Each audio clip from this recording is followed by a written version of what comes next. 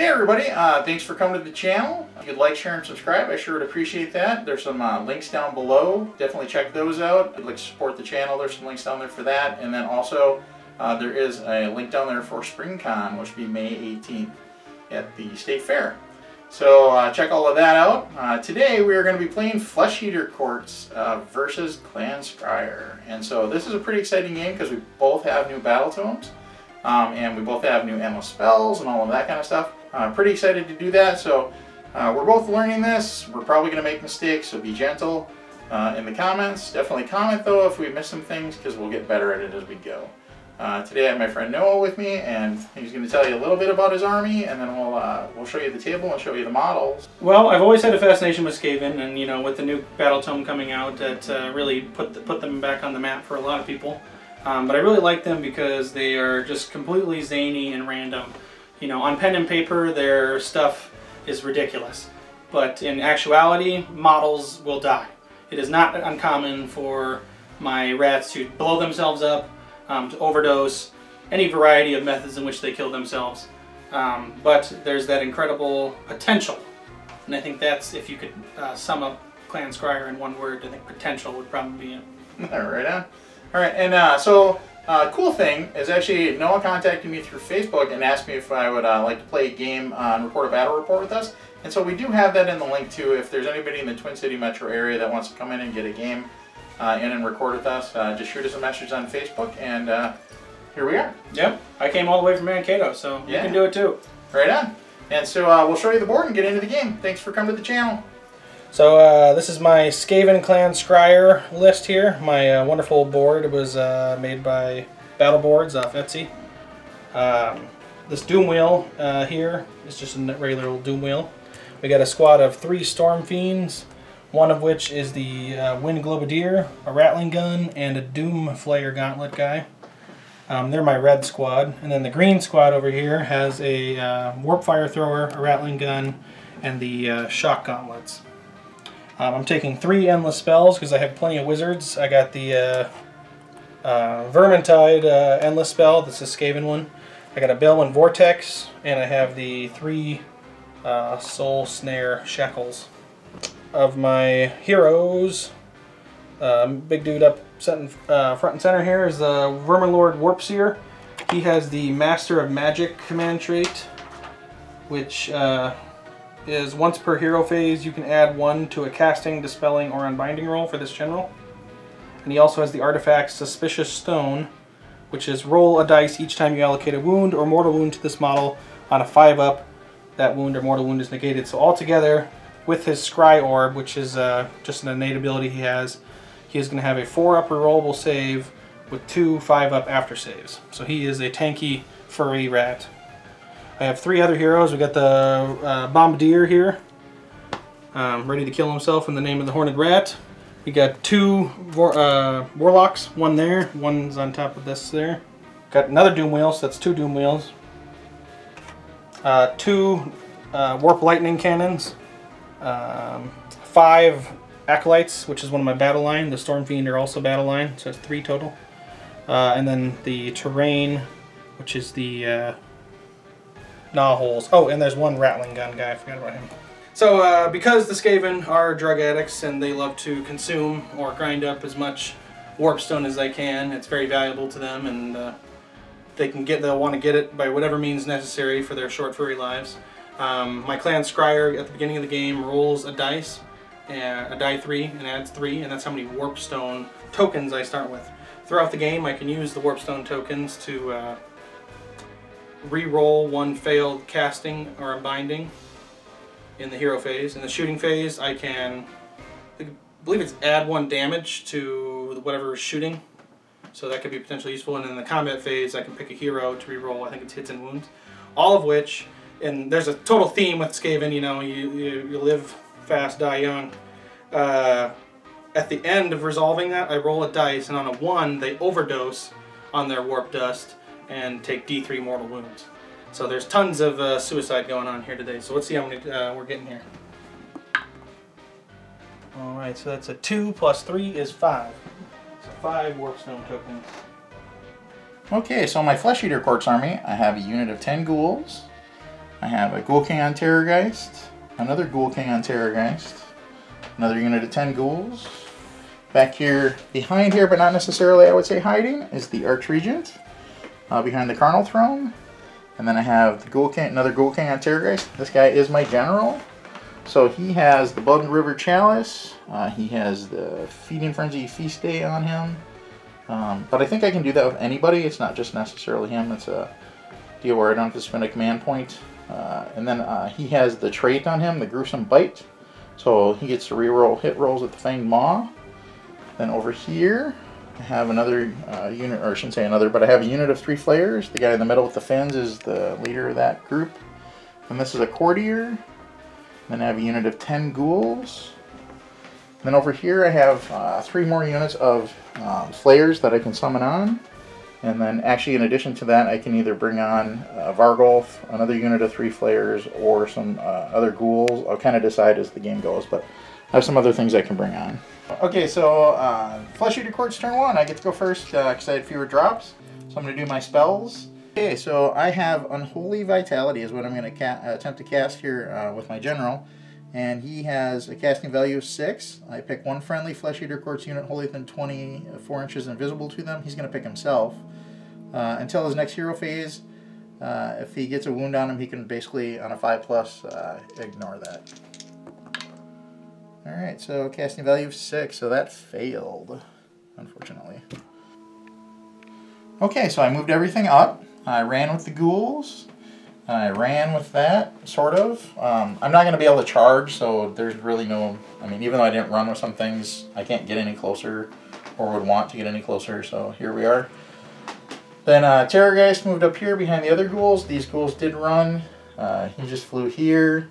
This is my general. The Archregent scooched over here, so now he's within 9 inches of the Gnarl Hole, so he can't bring guys out here.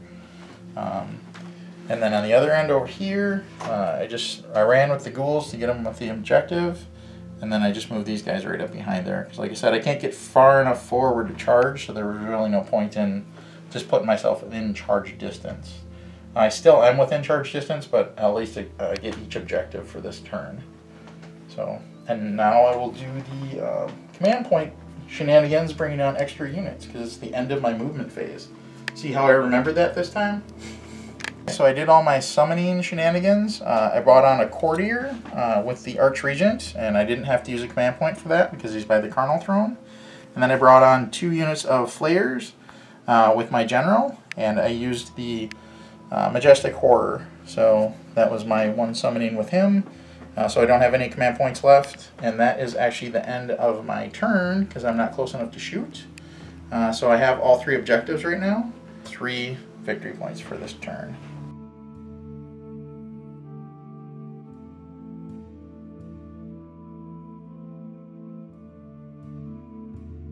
The Verminlord Warpseer has an ability where at the beginning of the hero phase I roll a dice, and on a 3 up I receive 1 extra command point. If I roll a 6, I receive D3 command points.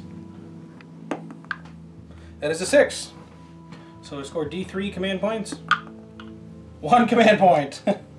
All that for that. Okay. Then I'm going to use that command point right away to use his 4th Children of the Horned Rat. I pick 1 friendly model with this command ability, so the Verminlord, and all Skaven units within 26 inches of him are immune to Battle Shock. Every time I use a command ability with the Master Clan's Skilled Manipulator's battle trait, I roll a dice, and on a 5 up, he gains another command point. Oop. Dice wild. It was a 5. Jenga. Alright, so that's 3 command points. Excessive, but glorious. Oh, I'm sorry, 2 command points, because I used 1. Alright, that being said, we're ready to do some magic now. I'm going to use the dreaded Warp Gale with my Verminlord Warpseer. Pick an enemy model within 26 inches of the caster, so we'll see if I have anybody even in range here. Looks like I do. Let's see. He's going to pick your general. And what this does is I pick 1 enemy unit and I roll dice. I need a 8. There's an 8. There could potentially be an unbind. Okay, is this a spell? This is a spell, yes. Oh, okay, cool. Got a 6. 6, so okay. fair enough. Alright, so what this does is, to your general here, it suffers D6 mortal wounds, and its run and charge rolls are halved until your next hero phase. If this unit can fly, it cannot fly until your next hero phase. Okay. So it loses its flying and takes 1 mortal wound. Okay. So I have a 5-up save, and then I also have my deathless save. So that takes it. 1 mortal wound. Okay. Alright, then we have my Warlock Engineer and Warlock Bombardier, who have the Warp Lightning spell. Something cool with Skaven with this new battle tome is that any number of Warlock Engineers can attempt to cast Warp Lightning in the same hero phase. So that's kind of neat. That has a 18-inch range, I believe. Nope, 13-inch range. Of course it's 13. So let's see if I even have anyone in range. No. Alright, so I do have one other spell. I have something called the More. Correct, 3 mores. Warp Power. It has a casting value of 7. Successfully cast. Pick 1 friendly clan Skryre unit wholly within 12 inches of the caster, invisible. I can reroll fail hit and wound rolls for that unit until your next hero phase. However, at the end of your next hero phase, that unit suffers D3 mortal wounds. I am going to do that too. I'm going to do the Warp Lightning Cannon here from this. Well, it's wholly within 12, so I'll do this Warlock here. No, false. I am going to do this Warlock behind the Nahole. He is going to attempt to cast more War Power. Or die trying. Okay, so he rolled a 4, which is not enough. I am going to spend a Warp Shard token and re-roll that. Now, after this, I do have to roll another dice to see if he potentially overdoses on his Warp Shard. Tastes so yummy. 7, which is just enough to get off. So we'll see if he unbinds me. Well, let's get away with it this time. But usually the rule of thumb is if it's not in the box, it doesn't count. Oh yeah, I totally unbind it. Okay, you're good.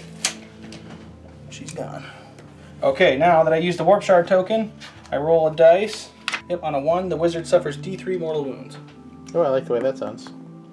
6. There's a good 6 for you, but no. No mortal wounds.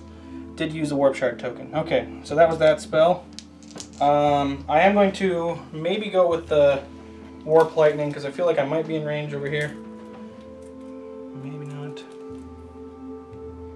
I think I'm in. So I'm going to attempt to cast Warp Lightning on them. I am going to use my Accumulator, which allows me to do D6 rather than D3 mortal wounds if I succeed. However, if the casting attempt fails or is unbound, this model suffers D6 mortal wounds.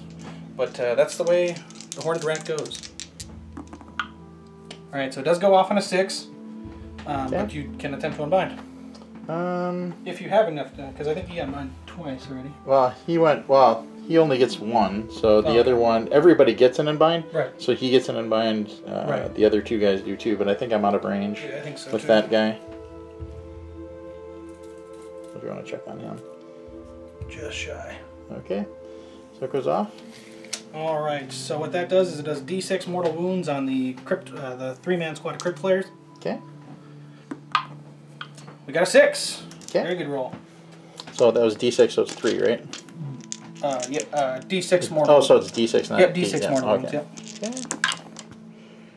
Those are deathless, so I saved 1. So I took 5. So 1 duder is dead, and 1 guy has a wound on him. Alright, so what do you know? Some Horned Rat magic right away. Because he casts... Oh, I got 1 more spell from him, potentially. We're gonna go I should ask which unit, because there's 2 units here. Which unit were you going on? Just the one in front, because The one in front? Yeah, they're the only ones that were in range. Okay.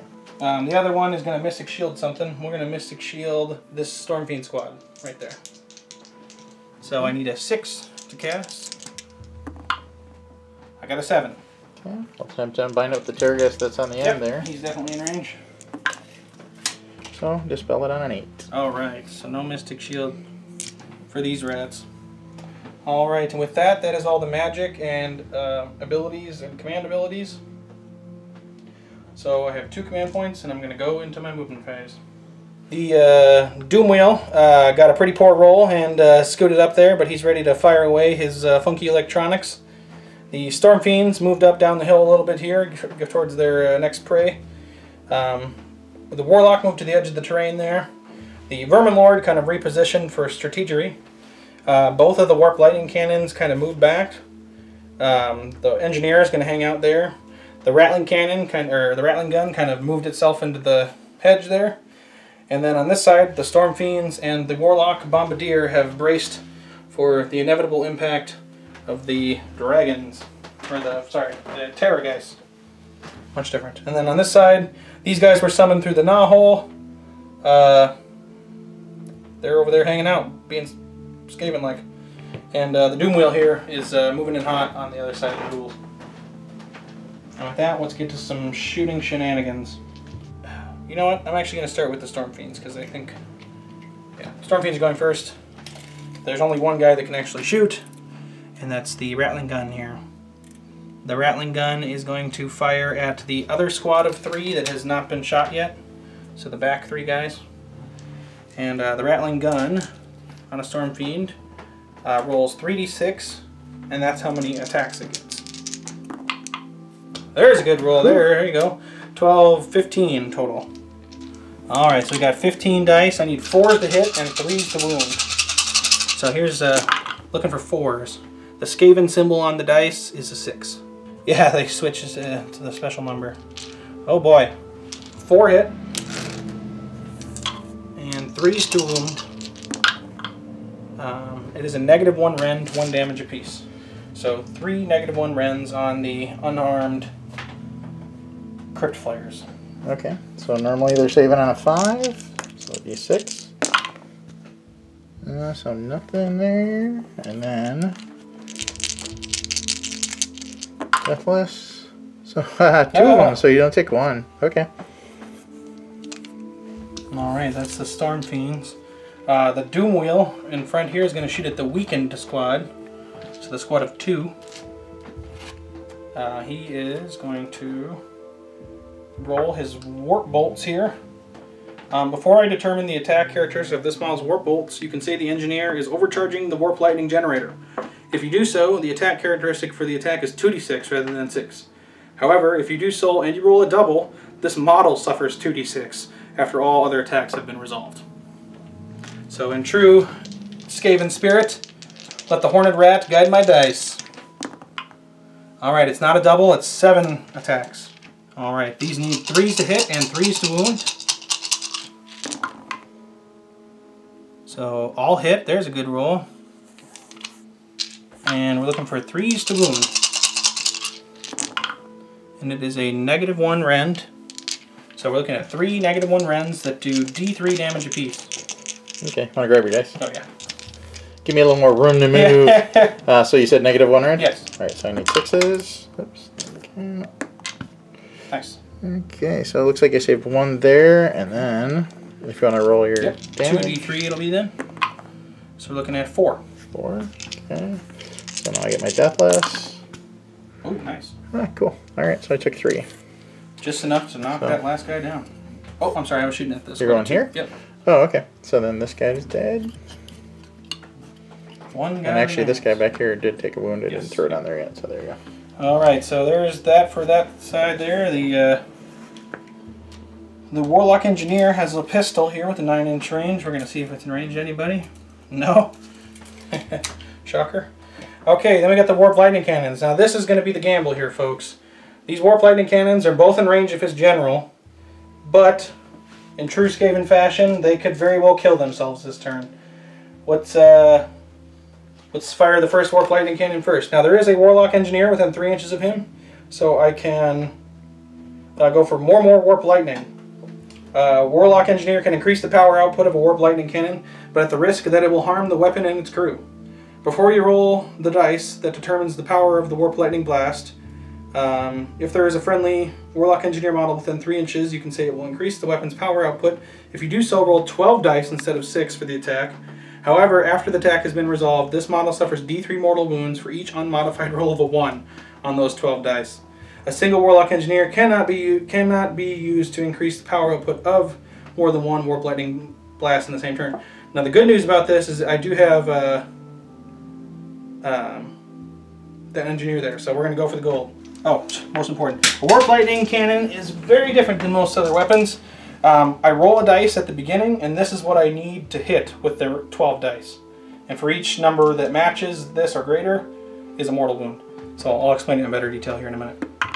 So I got a 4, so it's okay. So I got 12 dice, and on these 12 dice, I need to match 4 or higher. For each one I do is a mortal wound. So each one you match the Or 4? higher. So 4 or higher. Yep, so 4, 5, or 6 in this instance. So, I mean, 4 is okay, right? That's in the middle. But if you roll that 2 or that 1, this attack is ridiculous. But a 4 is okay.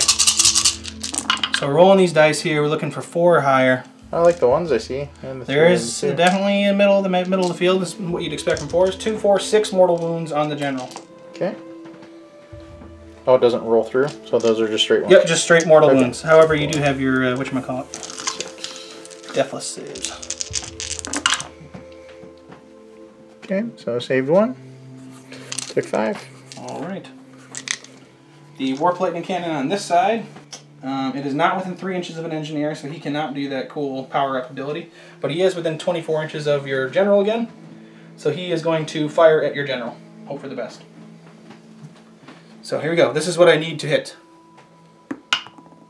A 2. Alright, see that's a good number there. Because now, on these 6 dice, I need to get a 2 or higher to do a mortal wound. Alright, we did get 1, 1. So that's 5 mortal wounds on the general. Okay. Grab the dice. Oh, yeah, thanks. Let's forget about it. Okay, so he takes 5 more. Alright. So that's 5 from each, actually. So that's 10 total. Yep. Alright, I don't think I have anything else to shoot at him, though, so I think he may live, which is not good for the healing. I have a rattling gun. I don't think he's within 12, though. No, not within 12 of anybody. Alright, so we'll move over to the other side of the board with these guys here. This bombardier is going to shoot his missile at the dragon. He is going to go for the more Doom Rocket. A Doom Rocket's warhead can be overloaded if the wielder dares. Before you make a hit roll for an attack with a Doom Rocket, you can say the engineer will overload his weapon. If you do so, the damage characteristic of this weapon is 2d6 rather than d6. However, if you do so, any unmodified hit roll of 1, that attack fails, and this model suffers 2d6 mortal wounds. So I got to roll to hit. I got to roll a 4. Don't roll a 1.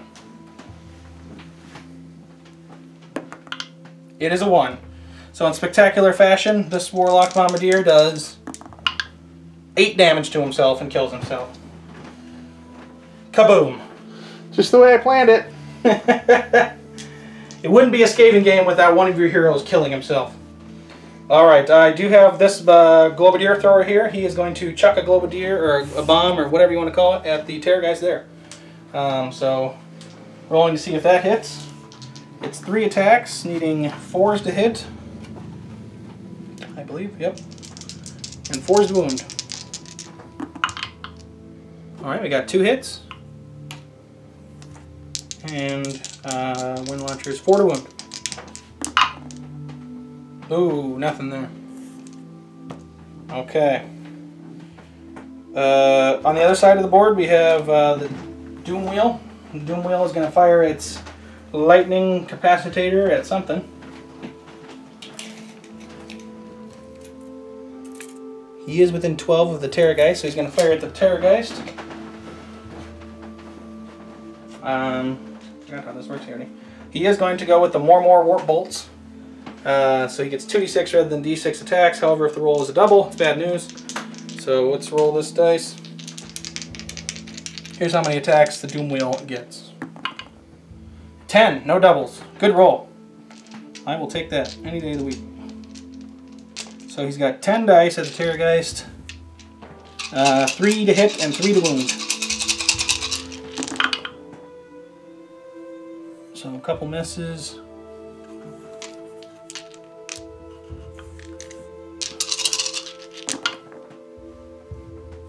Alright, we're looking at 3, 6, 7.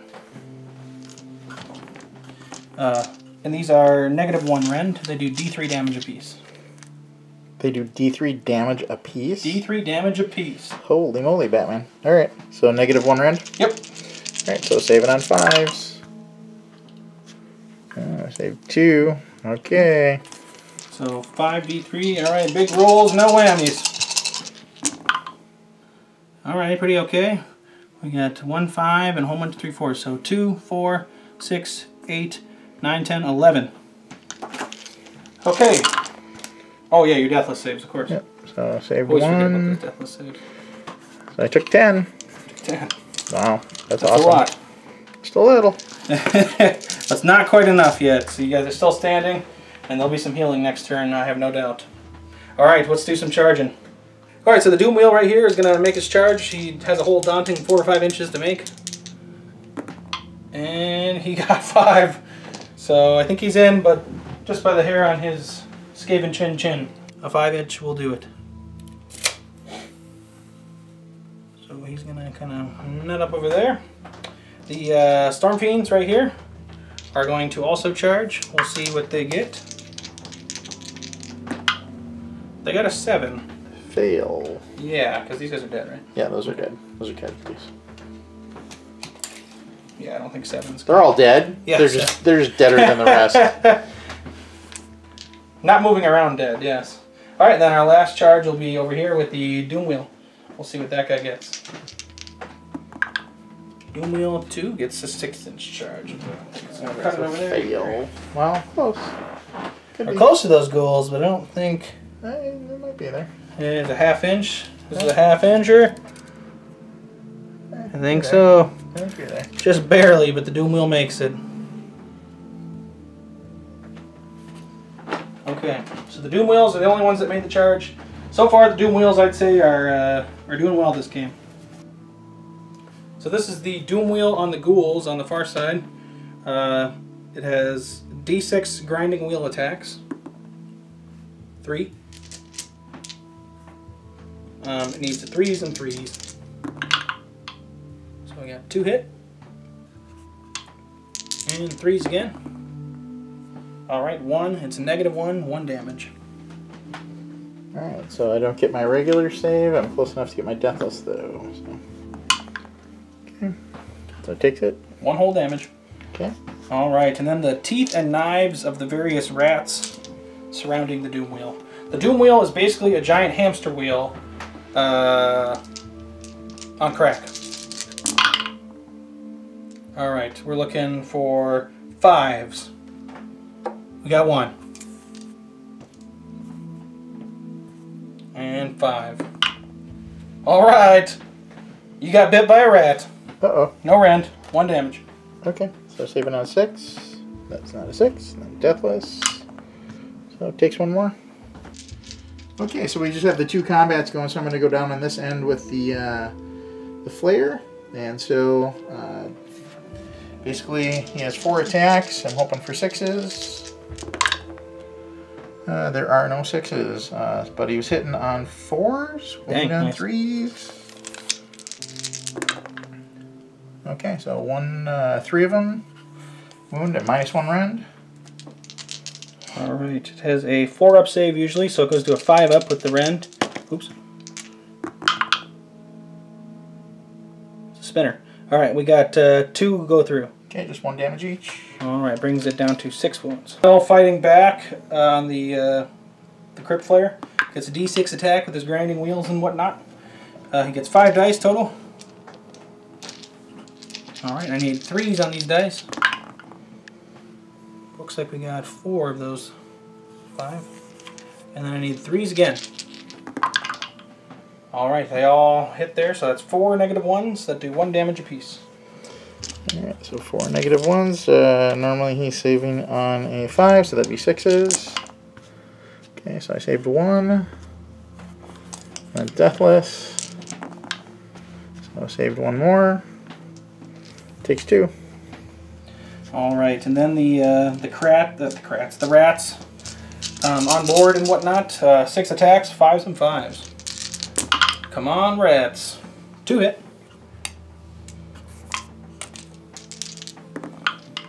Oh, 1 wound. Okay. No rend, 1 damage. No rend. Okay, so saving on 5. Doesn't go. Alright. There you have it. Then we're going to go down here with the ghouls. And I can re-roll hit rolls of 1 because they're by that duder. Add 1 to the attack character, so I get 1 more for the leader. Alright, so hoping for 4s. Or better, that is. Oh, I can reroll the ones. What am I doing?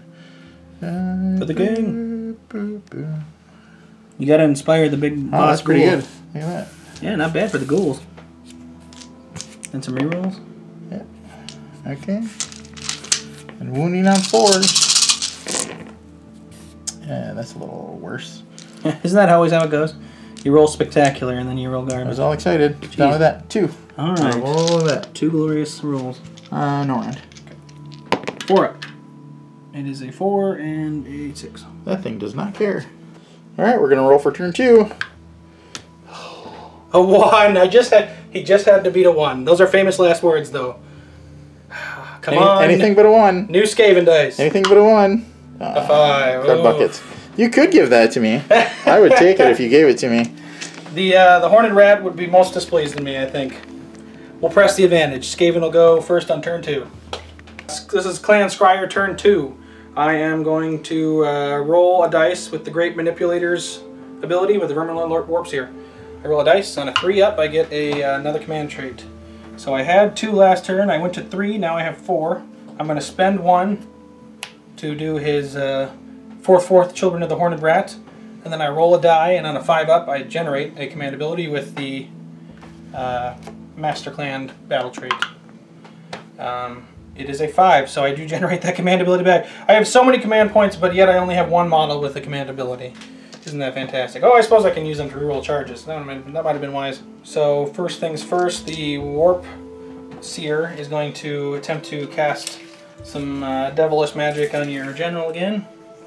I am within 26 inches. 13 twice, of course. So he's going to attempt to do the dreaded Warp Gale on your commander. So I need a 8. He does have the Master of Magic ability, so he gets to add 1 to a casting, dispelling, or unbinding roll each hero phase. So I'm going to add 1 to this, most likely. Even with 1, it's no good. But you know what? I'm going to use a Warpstone token, because even Vermin Lords love a good times. So he's going to re-roll that casting attempt.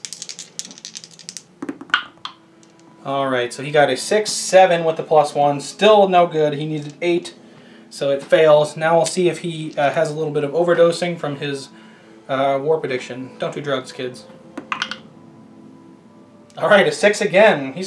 They're loving these warp rocks. So no overdosing from the big horned guy. And what would he need to get to overdose? A 1. A 1. Yes, and then he would suffer D3 mortal wounds had I rolled that. Alright, he does have 2 spells to cast. So his second spell is going to be the Soul Snare Shackles.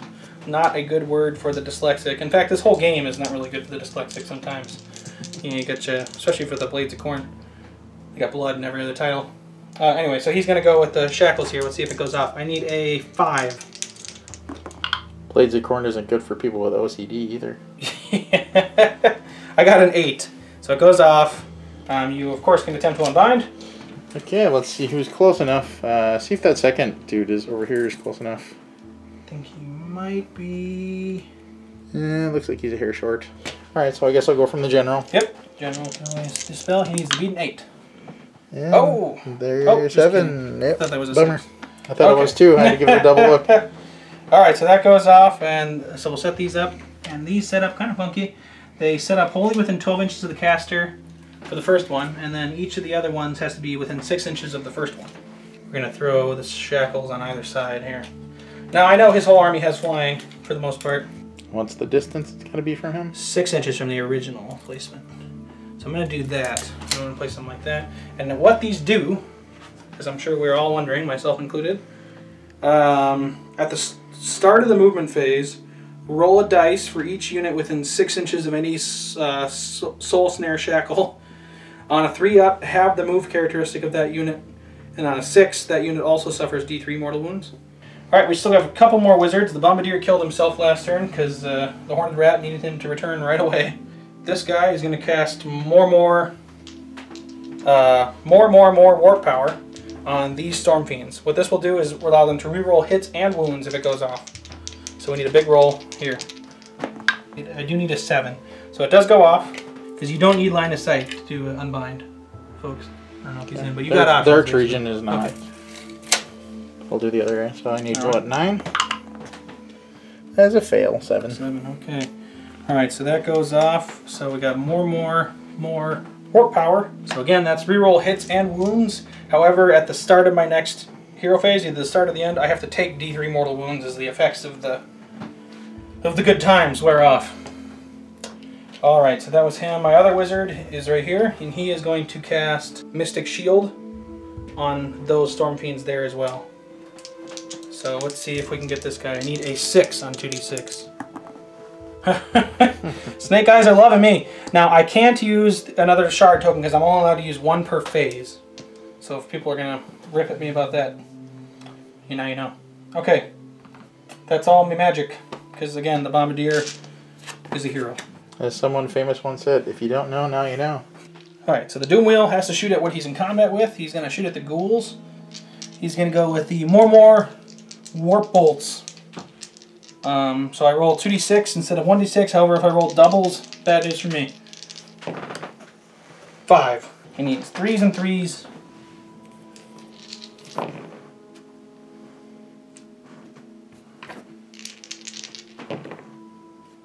So we're looking at 2 -1s that do d3 damage apiece. Alright, so they don't get their normal save, but they would get their deathless. So, okay, so... Oh, I gotta roll. Oh, yeah, well, actually, so hang on. So do your D3. Okay, yep. Oop, 1 each, so that works perfectly. Oh, okay. So, yeah. So I take 2. 2 models. 2 dead. Woo! Alright, while we're over here, I got my Skryre rats, the Acolytes here, which, Games Workshop, if you're listening to this somehow, you need to fix their pricing solution on these models. $10 a model. No fun for anybody. Alright, they only have an 8-inch range, so there's only only 2 can shoot at the dragon, but 3 of them will go with the ghouls. Alright, so this is 2 at the dragon first. I need 4s to hit. I got 1 hit. And a 4 to wound. It is a 3. So miss. Okay. These 3 are going to fire at the ghouls, needing 4s to hit. Okay, they hit with flying colors. Well, they should be able to. I mean, they're basically point blank, you'd think. And then 4s to wound. Alright, so we're looking at 4 -2s that do d3 damage apiece. You mean 3? I'm sorry, yeah, 3. Learn to count, right? Alright, so here's the d3s. We're looking at 2, 4, 5, 6, 7. So this could maybe do some big damage here to the ghouls. There's only 6 ghouls left. But he made 1. Made 1, 6. So 2 for 6. Just enough. Just enough. We got this little rattling gun guy hiding in the big rib cage here. He is going to fire at something. After much deliberation, this Warp Lightning Cannon is going to go, and he is not going to overcharge it with the more Warp Lightning, so don't worry about that. So he is going to fire at the General across the way there. General's not looking too good. He's only got 3 wounds left. Let's see if this will do the trick. Here's what the Warp Lightning Cannon needs to hit. A 5. So not a very good roll there. So now I roll 6 dice and I need to get 5 or higher. Alright, well, I did roll a whole slew of 5s. That's kind of surprising. 4 5s. So 4 mortal wounds. He's got his deathless and whatnot though. Yeah, he failed all of them. So that is the end of the Terrorgeist. Boom. Zap. Okay, my second Warp Lightning Cannon right here is going to shoot at the Terrorgeist guarding objective number 3. I am within 24 inches. And now we will roll to see what I need to hit. A 1. Okay. It is exactly what you think it means. I need to get 1 or higher on 6 dice. Which... Oh, you failed a few there. Oh, wait. My question is this, and anybody on the... Feel free to comment on this, because I've always wondered this myself. Does the rule of 1 apply here? Do 1s always fail, even though, in this case, it's a 1 or higher to succeed? Don't know. Because the wording of the Warp Lightning Cannon is kind of strange. Let me read it here verbatim. Warp Lightning Blast is what we're doing right now. It says, do not use the attack sequence for an attack made with a Warp Lightning Blast. Instead, roll a dice. That roll determines the power of that attack. Then roll 6 more dice. The target suffers 1 mortal wound for each of those rolls that is equal to or greater than the power of that attack. So my question is, does the rule of 1 apply here? Don't know. Comment down below, folks. Let us know. In the meantime, I'm going to say it does. So 5 mortal wounds. Oh, shucks. Thanks. When in doubt, right?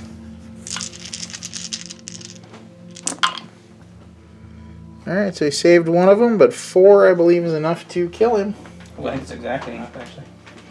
Yep, because he had 10 on him. So there goes the second Terrorgeist. Boom! Oh, there's nobody within... So I was double checking a rule real quick, because they do blow up when they die, but he's not within 3 inches, so it doesn't affect anybody. The Storm Fiends in the back here with the Wind Globadier is going to fire it 24 inches at the ghouls, the 10-man squad of ghouls there. So he gets 3 dice. Alright, and he gets to add 1 to hit rolls for attacks made with wind launchers if that target unit has 10 or more models, which I believe it has 10 exactly. Yes, sir. So here is the roll to hit. So he needs a 3 to hit now instead of a 4. Alright, that makes the difference as he gets 3 hits. Now rolling to wound, he needs a 4 to wound. Oh, not so lucky. So 1 on the ghouls is -3 rend, which is way overkill, and it does D3 3 wounds. Okay, so I get Deathless. So I saved 1, took 2. Killed 2 ghouls, alright. Okay, next is the Rattling Cannon right up here. And he, I don't think, well, maybe he does. He does, look like he does have range on that Terrorgeist, so he's going to fire at the Terrorgeist. You know what, actually, change my mind, he's not. He's going to fire at the ghouls. Because I think I might be able to maybe kill him off, maybe, we'll see. Because I killed 2 already, and we got 8 more to go. Will it be enough? Alright, he gets 2d6 attacks. However, before I make attacks with this model's Rattling Gun, I can say the crew is releasing its Glimble Limiter. If you do so, double the attack characteristic for that attack. However, if you do so and that roll determines the roll that determines the attack characteristic is a double, the model is slain after all the attacks have been resolved. So again, you're noticing a theme throughout the Skaven here. What doesn't kill you makes you stronger. Okay, so here we go. He gets 2d6 attacks, and I am overpowering it. So it's 7, but I times up by 2, so it's 14. And the roll is not a double, so he does not take, he's not instantly killed after this. Alright, 14 dice, 4s and 4s. Alright, looks like we got 7 hit. 4s again. 1. 1, -1. Alright, so get Deathless. Saves it. Alright. When you're dead, you don't worry about machine gun fire. Ain't no thing. Okay, we got the Warp Lightning Cannons. They shot, so that leaves us with our last group of Storm Fiends and the this guy. Oh, you know what? I suppose the Vermin Lord has an attack, but it's only a 6-inch range. Alright, so he checked, and the Vermin Lord Warpseer's long tail, which has a 6-inch range, is just shy on the ghouls there, so nothing there. I do have the Storm Fiends next to him, who have a Rattling Gun, Flamer, and Melee Dude. The Flamer will go first.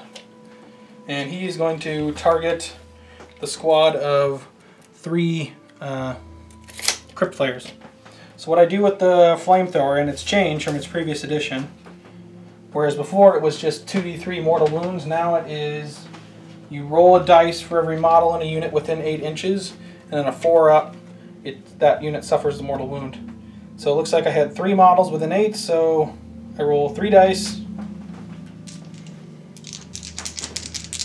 needing 4s or higher to do a mortal wound. So 2 mortal wounds on the Crypt Flayers. Okay. Deathless. Okay, they take 2. Alright, and then the Rattling Gun is going to shoot at that same squad. And he has 3d6 attacks, so he is getting 7 attacks.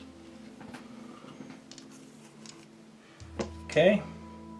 I am also going to use So I'm going to use, in the shooting phase here now, in sync with this, I'm going to use a Warp Shard token in the shooting phase to pick a clan Skryre hero and 3 units wholly within 13 inches of that hero. And I'm going to pick this is my hero I'm going to pick, the Warp Seer. And then he's going to pick the Storm Fiends, Doomwheel, and him. And they're all within 13 inches. So these get to add 1 damage to the characteristic of missile weapons used by that unit until the end of the phase. However, at the end of that phase, roll a dice, and on a 1, the hero suffers D3 mortal wounds. So the Rattling Gun should be a little bit better, but it only has 7 shots. So what are you shooting at? Same thing. Okay. Yeah. Alright, so at the Crypt players, needing 4s to hit. So only 3 hit. 3s to wound. So 1, -1, but it does 2 damage instead of 1. Okay. So they are saving normally on a 5, so they'd be saving on a 6. Oh, close. So it does what? 2 damage now instead of 1. Okay, so it takes 2. So you're shooting here or there? These guys. These guys. Yep. So 3. So that means 1 guy's dead, 1 goes into another one. Okay, and then the Doom Wheel is going to shoot, and it has to shoot at the one that's in melee with, so it's going to fire at the wounded Crypt player with just 1 model left. The Doom Wheel on that Crypt player is going to go with more Warp Bolts. He gets 2 attacks. So 3 to hit, 3 to wound. So 1 hit. No wounds. So he missed. Okay. That is all of my shooting. Okay, take your D3 mortal wounds, sir. Oh yeah, we got it here. So I roll a dice for my hero that did that, and on a 1, he suffers D3 mortal wounds. So, yeah, right here, I guess. Alright, he's good. So we're at the charge phase now. These Storm Fiends here are going to attempt to charge into that mess over there. I got a 7, which should be enough. Alright, so there's those Storm Fiends. The Vermin Lord is going to attempt to charge. He got a whopping 4, which fails. So he is going to spend that command point, which I have way too many of hoarded up, to attempt to reroll. For a 3. So no, this Vermin Lord is not too eager to get into combat. So no Vermin Lord action there. That's it, so let's get to the combat. I'm going to activate the Storm Fiends first, as you all probably imagined. And pile in. So he's going to pile in 3 towards there. And we'll get underway. Now they do have more warp power, so they get to reroll their hits and wounds, which will be very helpful, hopefully. Okay, so the Storm Fiends are going, and they are going to attack first with the Doomflayer Gauntlets, which is this guy here with the giant rotating balls for hands. He gets 2d3 attacks to attack with, and he gets a, usually he's a 3 up to hit, but because I charged, it's a 2 up to hit, which is really nice. And they also have more warp power, so they get to reroll failed hits and wounds. So something tells me he's going to do okay. So 2d3 for 3. So we got 3 dice, needing 2s to wound, re-rolling failed hits with the more warp power. So we got 3 hits, 3 to wound, all wound there, and these are -2 rend that do D3 damage apiece. Alright, so I don't get my normal save, but I'll get deathless, so Yep. go ahead. So 3d3 with it? Yep, 3d3. Alright, we're looking at 3, 4, 5, 6. 6 deathless saves.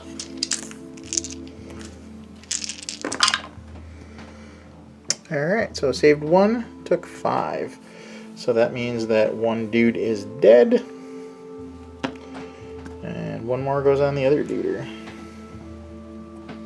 Okay. Alright, the other guys are literally just going to club you with their weapons. quite literally. They have clubbing blows. So 4 dice per model, so it's 8 total, all at that one guy. 4s and 3s. Rerolling hits and wounds. Wow, what a spectacular roll there. Rerolling, made no difference. 3s to wound. Again, rerolling failed wounds with the more warp power. That was a hit. I don't remember what it was, but it was a hit. All right, that missed. What do I need? 4s. So rolling to wound. 4s to wound. Right? No, 3s to wound.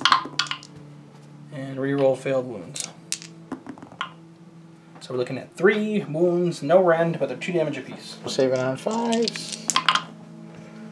So I saved 1. And then 2 apiece. So. Oh, 2 apiece? Okay. Yep. Oh, you saved 1. Alright, so 3. He's dead.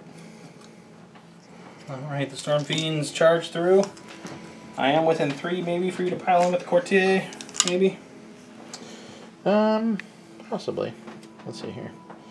So, did you already go with the Doom Wheel? I have not gone with the Doom Wheel yet. Okay. The Doom Wheel only has 6 wounds left on it. Okay. At the Doom Wheel. I'll go with the Doom Wheel. It's going to kill itself. There's a good chance that the Doom Wheels will kill themselves. That would be nice. So, is it the leader? Nope. So, hitting on 4s. Yikes. Right, or is that a 1? It's a 1. Oof. Nothing. Ouch. Well, all of his friends just died, and he's by himself, and he's hurt. He's not feeling good. Yeah, it's not a good day to be a Crypt Player, I suppose. Okay, let's do the Grinding Wheel. Gets 5 attacks. 3s and 3s. Alright, so we're looking at 2 -1s that do 1 damage apiece. Alright, so saving on 6s. 1 damage apiece? Yep.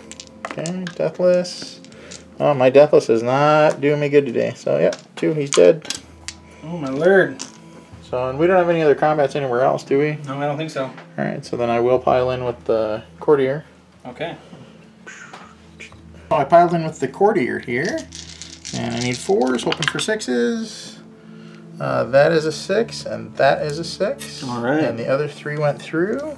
So this is adds, if the unmodified hit roll for an attack with Skryre Talons is a 6, it inflicts 1 mortal wound in addition to the normal damage.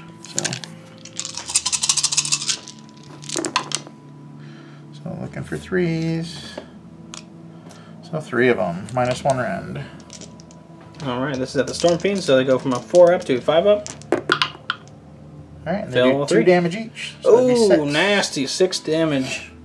He is going to kill one of them. The Rattling guy. You could have got rid of the middle guy. I'd have been okay with it. That's okay. So that is the end of Skryre's turn. And so he is within 6 here, so he'll get that victory point there. I have more in the center here within 6. So I will get that one, but actually not if I'm still there on my turn. But he doesn't get it on his turn. And then over here, I have more within 6 than he does. So he'll just wind up with the 1 on the end there. Which brings me to 1 point to your 3. Correct.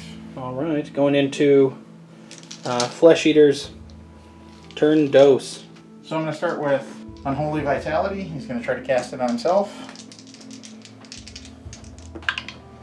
That goes off on a 10. Oh, very nice. Who cast that, sorry? The Terrorgeist cast it on himself. I will attempt to unbind with my Warlock on that hill. Okay. Need to beat a 10, though. And I got an 8. 9. A 9. Oh, close. Close. So he has Unholy Vitality. Until the next hero phase, roll a dice each time you allocate a wound. On 5+, it's wound or mortal. Nice. Very nice. So 5+, so now he gets a 4 up, 5 up, 6 up, basically. Right. And that'll be really nice against Warp Lightning Cannons, too. Yep. Archregent is going to attempt to cast Mystic Shield. Okay. Oof, what do you get? 6. 6, okay. I'm going to attempt to unbind this one with my Warp Seer, who has the Master of Magic command trait, so I get a +1 to this unbind roll. 8.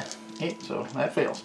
Okay, so then I'm going to attempt to cast with his second spell, Deranged Transformation.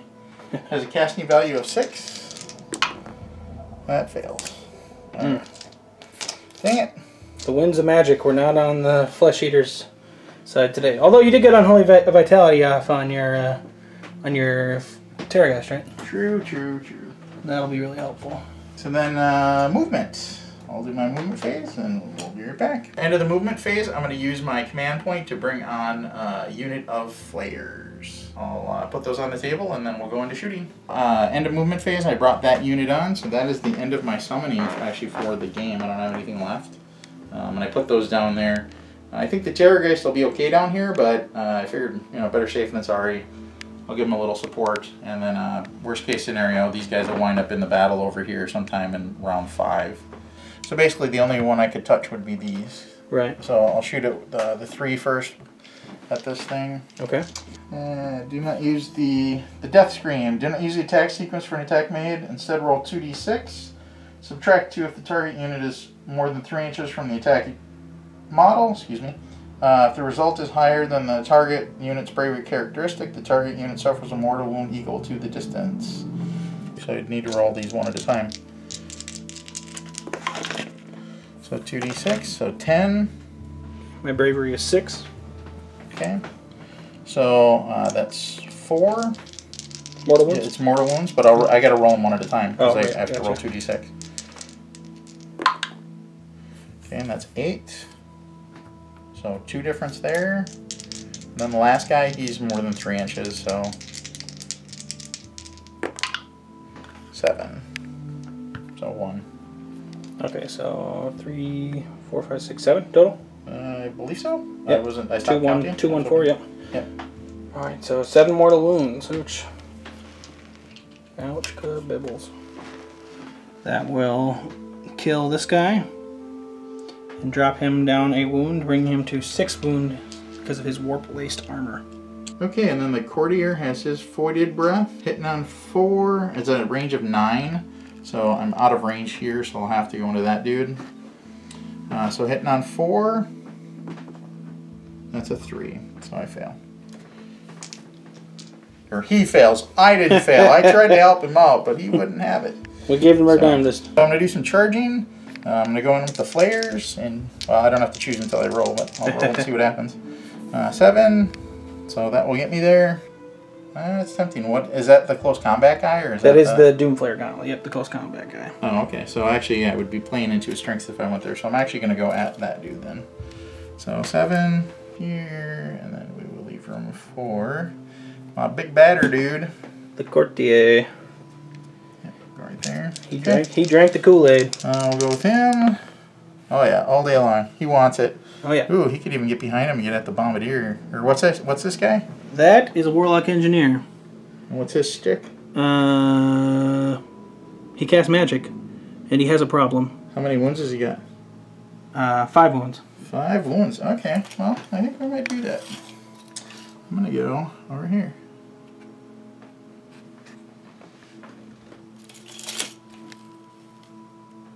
That way, I can pretty much do whatever I want. Mm-hmm. And so that guy's actually on a ledge, but at the beginning of the game, Noah and I decided that we weren't going to count that as any sort of height, because all my stuff could fly and his stuff couldn't, so just to kind of even it out, we just went, meh, we won't count it as any height. So even though it's there, it's really just there, that guy's basically on the ground. Plus, how dramatic is that? Yeah. The Slayer comes screaming at him. Oh boy, Minkrat One Paw. That's your name. Will you become No Paw? We will find out. This is the charge that's going to kind of matter, so I'll start over here with the flares.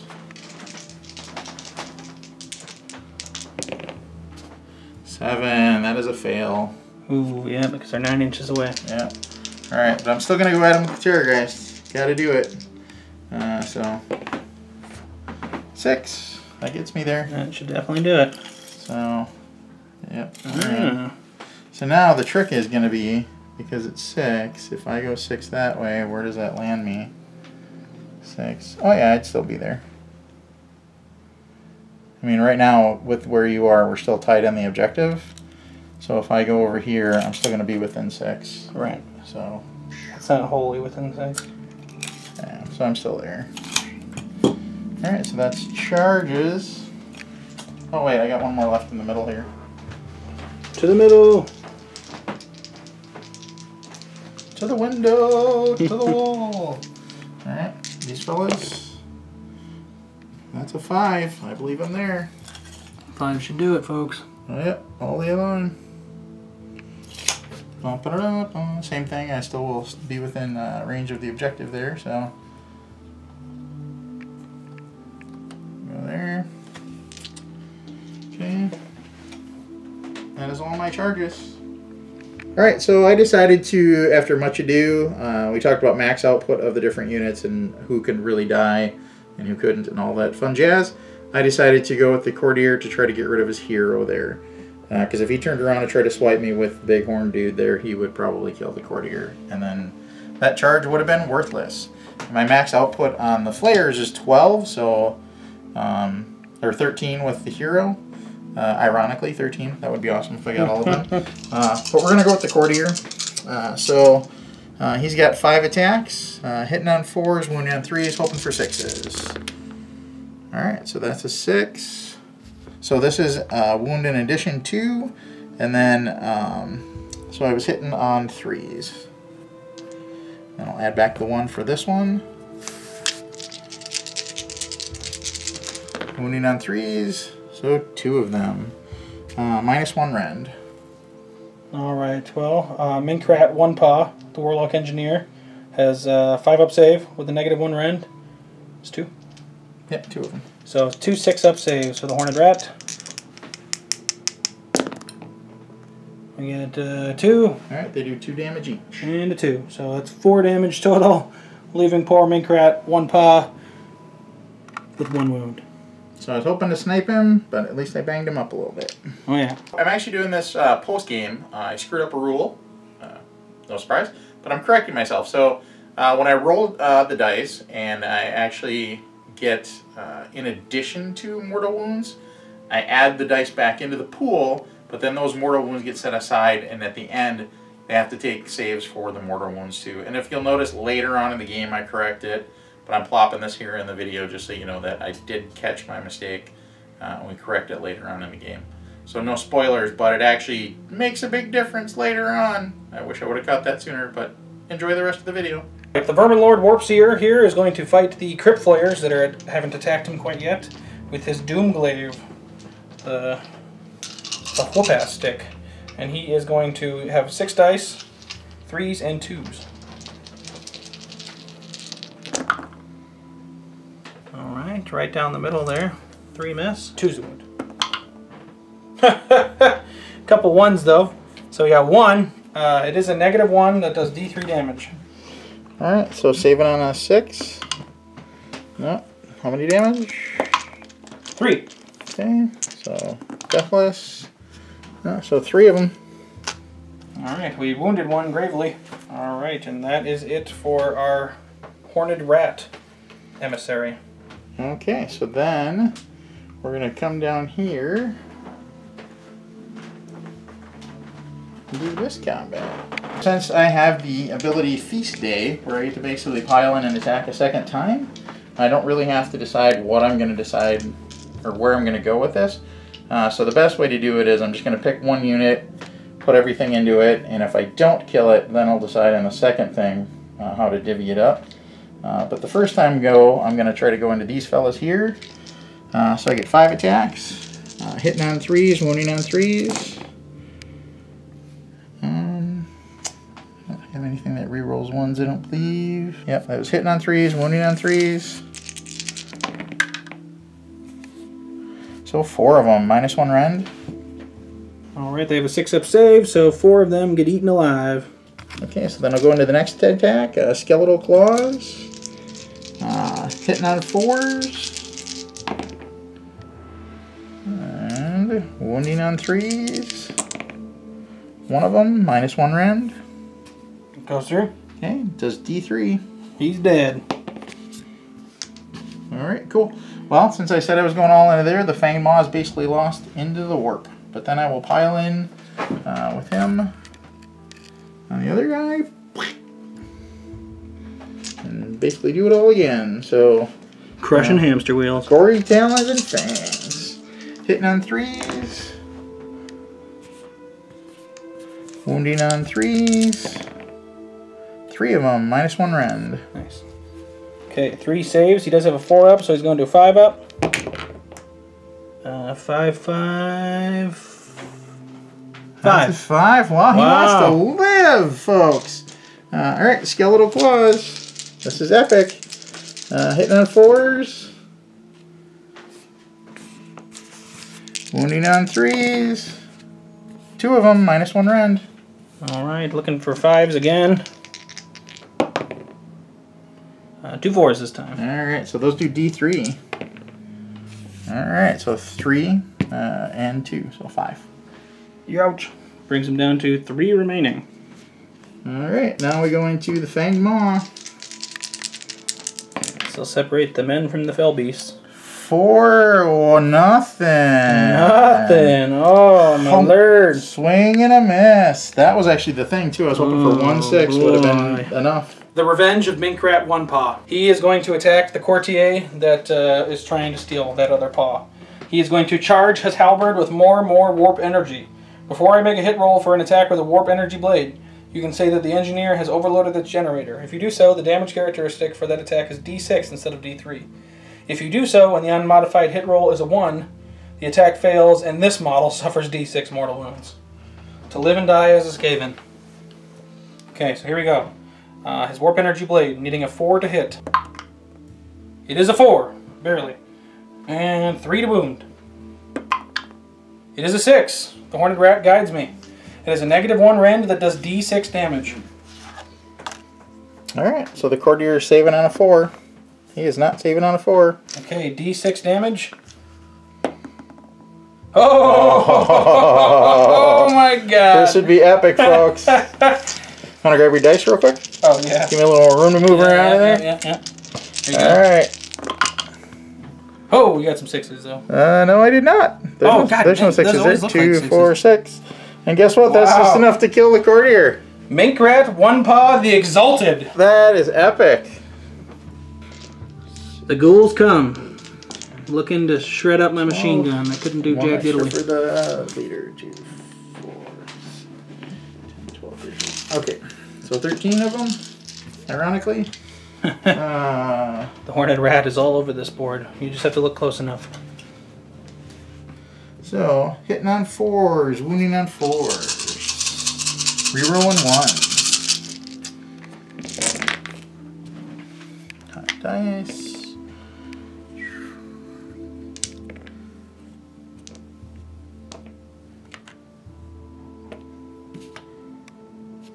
Yep, okay. So, well, that's pretty good. Wounding on 4s. Okay, 2, 4, 6 of them. No rend. Okay. Mr. Machine Gun Man. Are you ready?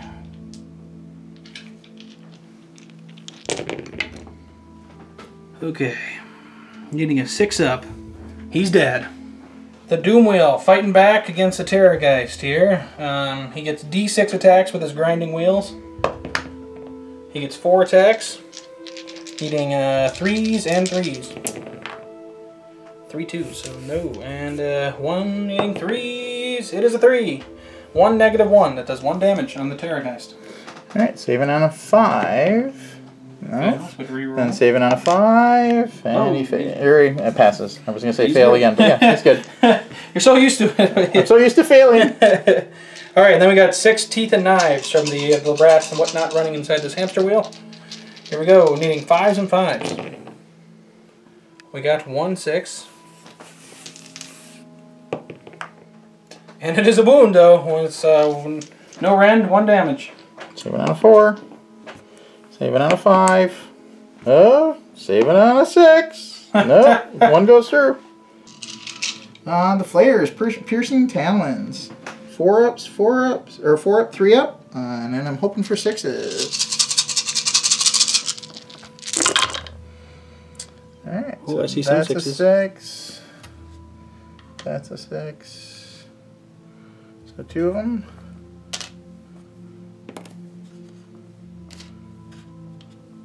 Alright, so that inflicts 1 mortal wound in addition to any normal damage. I think I rolled this wrong last time. Pause it for a sec. Okay, so I looked at the rule again, and actually I screwed up the last time I rolled it, but I got to figure it out now. So these are 2 mortal wounds just straight through, and then I add basically 2 into the pool of rolling. Piercing talons, now I need 3s. Okay, so I got 4 of them at -1 rend. Alright, -1 rend brings him to a 5-up save. I do the Skryre orb, so I get to reroll failed saves. Alright, so we're looking for 5-ups. 2 succeed, 2 fail. Rerolling those 2, it's 2/2, so they fail. Okay, now I have a 5-up after save, as I call it, because he has the protection of the Horned Rat. No good. And then I also have something called the Suspicious Stone artifact, which gives him an additional 5-up save. 2 and 3. It makes 5, but no, not quite. So he takes how many damage? Should be 4. 4 Those damage. 2 went through, plus the 2 mortals. Yeah, so the protection of the Horned Rat and the Suspicious Stone both give 5-up saves against wounds or mortal wounds, so I'm going to do the 2 saves to the 2 mortals. So here's this protection of the Horned Rats, which does me no good. And then here is the Suspicious Stone, which gives me 1. So I take 3 total rather than 4. Not too much of a difference. But that does bring him down from 12 to 9. That is the end of my turn. So as far as objectives go, I'm going to end up getting 1 for this, 1 for there, and I believe we're tied on this one, so that is a wash. So I'm going to get 2 more out of this round, which gets me to 5. So I'm going to roll for Turn 3. Turn 3. That is a 6. Rub-a-dub-dub. Horned Rat, this is it. Guide my dice. Give me that 6. Come on. Oh! 5. Close. So down on the end here, I went with Unholy Vitality again on the Terrorgeist. He doesn't have anything close enough to unbind it, so I got that. I went with Mystic Shield here. He did dispel that. And then I tried Deranged Transformation, and I failed. So that is all of my magic. Now I will go into movement. I did all my movement. I just moved these guys up within 3. The Terrorgeist stayed where he is because he's going to wreck some face here, hopefully. In the middle here, I moved the Archregent up, so he's by the objective. With his buddies, the ghouls, they came back from there. So I'm going to make him come to me with the big bad dudes there. Even though he can shoot at me, he'll probably kill that stuff with shooting, but either way. See what happens. And then over here, I move the ghouls up so they're on the objective. But I'm actually positioning them to charge. These guys stayed where they were. He moved over here because he's going to try to charge there. Alright, so the Flayers made their charge here, so they came into the Doom Wheel. In the center here, these guys just stayed where they were, obviously. No charges. Oh, there's the Majoreth rune. Over here, the ghouls made their charge. And the Courtier wants some, so he actually made his charge on a 12. So he was there all day long. He's an eager beaver. I'm going to do the shooting phase. I actually screwed up, and so Noah was kind enough to let me do this. And if you watched my last video I just posted, again, I screwed it up again. So, but he's going to let me go ahead and do it, so I'm going to go ahead and shoot over here. And that would have been close enough. Actually, they would have been outside of 3, though, so I'll add that buff there. Let's see here. So it says... A debuff, rather. Yeah, debuff. Subtract 2 if the target unit is more than 3 inches from the attacking model. So I'll do here. So that fails. The next guy. That fails. The next guy. 10. So 10 would be 8. So 8 minus 7 is 1. Okay, and then the Ghoul King on Terrorgeist, since he didn't actually move, he would have got to do his thing no matter what. So Death Shriek, 6 plus. 6 plus the 4, so it's 10. So 10 minus whatever your bravery is, 6? 7. 7, so 3 mortal ones. Oh, that's a dead Doom Wheel. Kapoom! Dead Doom Wheel. So So what we decided to do is, because these guys would have actually been back here, we just scooted them back to where they would have been, because the terror guys would have screamed at that guy and killed him before he even got there, before the other guys even got there. And the other guys didn't do any wounds on him anyway, so it makes sense to do it that way. So next time you have a rat problem in your house, just try screaming at the rats. That will work. So basically, folks, what we did here is I'm going to switch to tripod view and just have it be from this angle for the rest of the battle, just to kind of speed things along. We're running into time constraints on recording, so we're just going to try to buzz through the rest of the battle here. Things are bunched up a little bit down at the end there. Anyway, sorry about that. If you got any questions, just leave your comments down below, that kind of jazz, but enjoy the rest of the battle. So I think what I want to do is get in on this dude. He's got how many wounds left? 9. He's got 9 wounds left. Yep, he's got 9 left. And this guy has how many? 6. 6. And we decided his potential output is what? He has 2d3 attacks, so 6. So total output 6. So if all went through, he could potentially kill that dude. Oh, he does d3 damage though. So 6 times d3, 6 times 6, 36 damage. I guess if I were to roll all 6s all the time. Oh, all right. Well, then that's a totally different thing. So unlikely as it is. Wait, 6 times 6 is not 36. 6 times 6 is 36. That it is. Okay, so we're going to go down here with the courtier then. So he's got the 4-up 5 or 4-up 3-ups. Oh, the 6 is the +1. Yep. And 3-ups. So 2 of them. -1 rend and then 1 mortal. All right, here's the 2. I rolled a 4 and a 1, so he takes those 2 plus the mortal. Okay, so they do 2 damage each, so that's 6. 2, 4, 6. Oh, well, the mortal is just 1 though, right? No, that's 2. Well, it does a mortal 1 in addition to. So yeah, it'd be 5. Okay, so yeah. it's 5. So he goes down to 1 wound then. Ooh. Oofed up. Alright. Probably my only really option here is the Horned Rat himself, who is not feeling too good. He is going to swing at the Crypt Ghouls.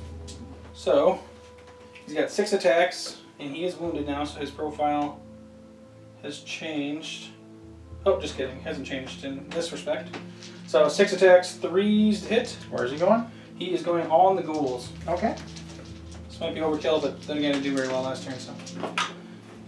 And of course, now I do really well. Okay, so they pretty much all hit. So 5 hits. I need 2s to wound. Alright, so that's 4 -1s that do d3 damage on the Crypt Ghouls. So I don't get my regular save. So 4d3, which turns out to be 3, 4, 5, 6, 7, 8. Okay. 8 deathless saves are coming his way, and he made 1. 1. So 7 2, ghouls. 4, 6, 7. Okay. Get rid of We got rid of a big swath of ghouls. those guys. But then again, they're ghouls.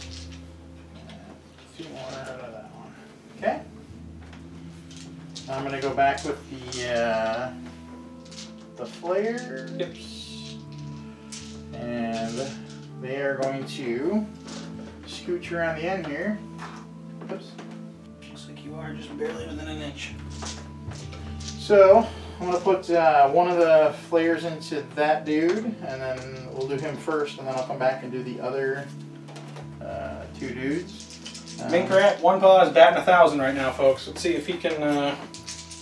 So hitting on 4s. So the 6 does a mortal.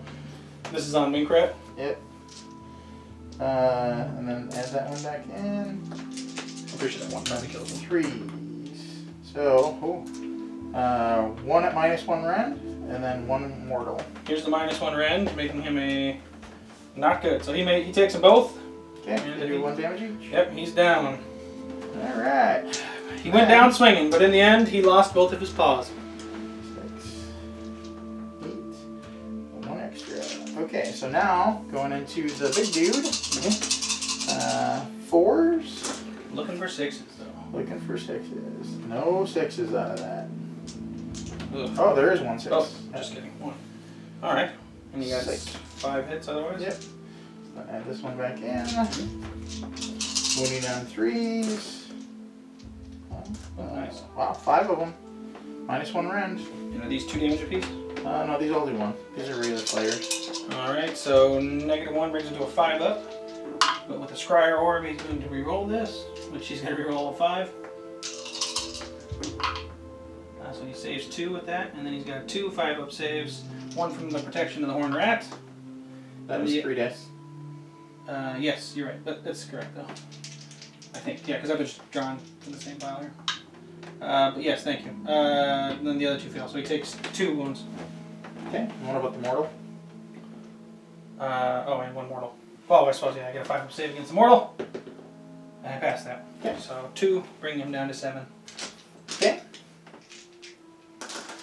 Alright, then we have our Storm Fiend over here, who is going to try and club that Courtier. We will see, though. He's going to need some luck here. He gets 2d3 attacks. That's a 2 and a 1, so 2 damage, or 2 hits. He needs 3 to hit because he didn't charge in this turn. However, he does get to reroll failed hits and wounds because of the more warp power, which didn't help me there. Alright, then he needs a 3 to wound. Rerolling failed wounds. He succeeds his wound. It is a -2 rend that does D3 damage. Okay, so -2 gets me down to a 6. No, takes it. Alright. It's 1. Okay. Okay, fails it, takes 1. Alright. He socked you 1. Alright, then he's got 3 ghouls left, looking to impress the distant king. Oh. Still at 6 attacks. I mean, yep. Something. The leader's dead, so. The crit ghouls, 4s. And I can reroll 1s. If you're within so many inches of 2. Within 18 inches of friendly aberrant, which I think I am over here. There might be him, actually, yeah. It's close. Just wrecking things. It's pretty close, but I think you do have it. Yeah, looks like he's just Maybe out. a shy, yeah. So hair shy, so I can't actually reroll these ones. So winning on 4s. So one of them. Alright, 4 up. Reroll with the Skryre orb. 5 up protection of the Horned Rat.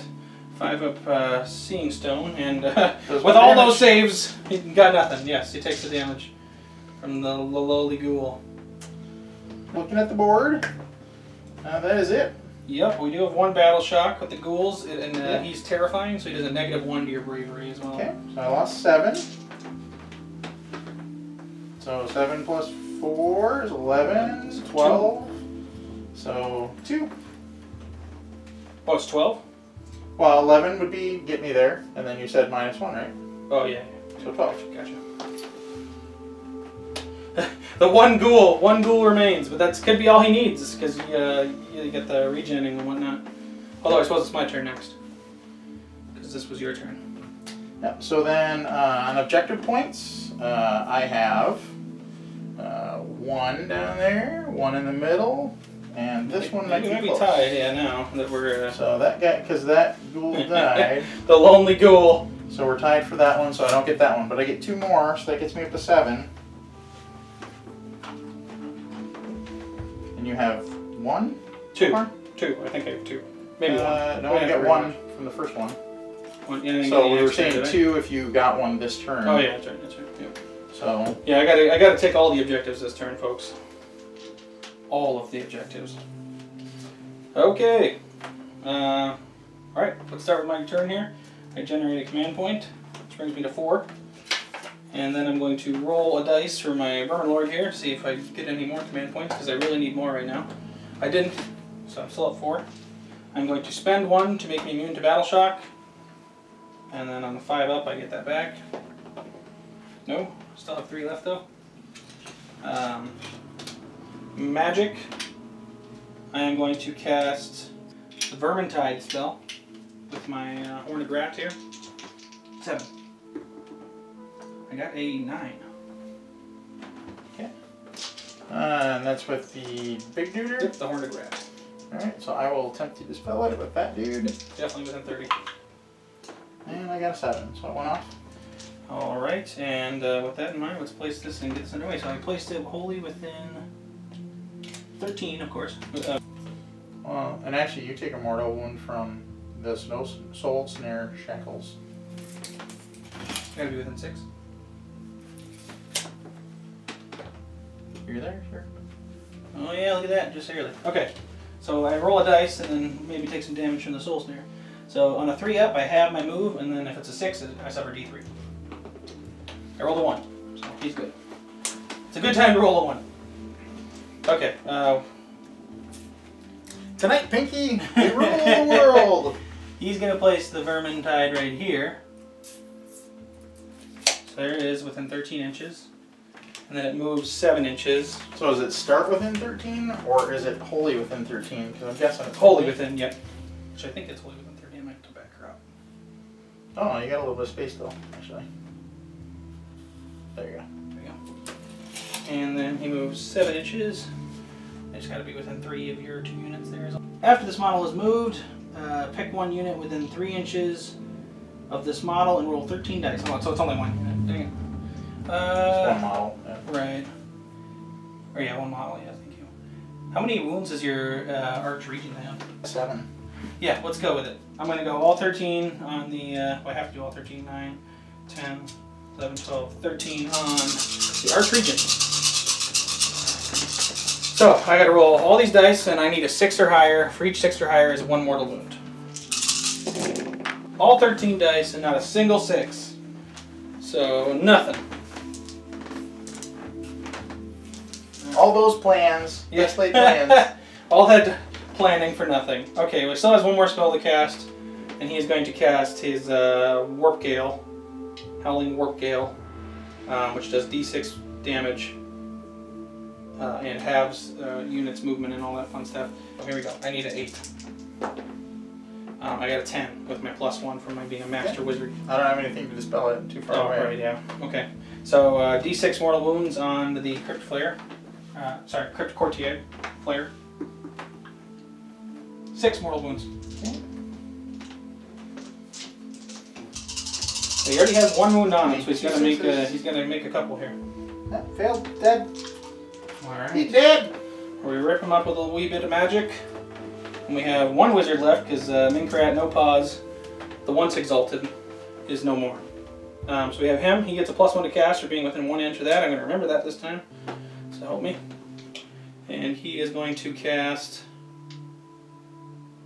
He's going to risk it for the biscuit. He's going to go with his fancy Warp Lightning Accumulator, which is if I fail this or you unbind this, I take the D6 mortal wounds instead. But it does D6 instead of D3 onto those Crypt Flayers right there.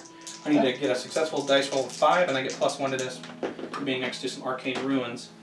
Now I roll a 5 and a 1, so I got a 7, which is enough. And it does D6 damage. Well, I can dispel it. Oh, I'm sorry, my bad. And try to dispel with the Arch Regent there. So, failed. Go ahead. Okay. Bouncy dice.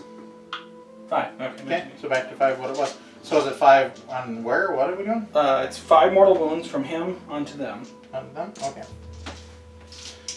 Am I close enough to even get Deathless? No. Good question. Because that dude is dead. So no, I don't have any saves. So 5 mortals? Yep. The guy's dead. There's 3. Alright, and that's all my magic. Okay. So now we're looking at moving. So I'm going to roll my Doom Wheels movement over here. He gets 4d6 movement. What a pitiful roll. I got a 2, 3, 4, 5, 6, 7. Which is not very far. He'll go there, and then Storm Fiend here. Join up with his buddies. You know what? I might just want him to run. I'm going to just run the Storm Fiend actually, because I have a feeling these guys can probably take him. So Storm Fiend is running. He got 1 inch. He's an eager beaver. He is a little wounded right now, I suppose. Oh! We're forgetting. Into my hero phase. More warp power comes into effect. And he actually is going to die from this because he has to take D3 mortal wounds in my next hero phase, which is 2, which is enough. Boom! Disregard. He is dead. He thought he was going to move, but then he forgot that his entire like, body wait a minute! runs on, quite literally, the brain. Nice. Alright, so yeah, he's done. Over here, Warp Lightning Cannons are going to position themselves to do something. Same with these Storm Fiends. Storm Fiends are going to move up. Actually, I gotta go this 4-inch move, is it? 10? 3-inch move with the warp lightning cannon.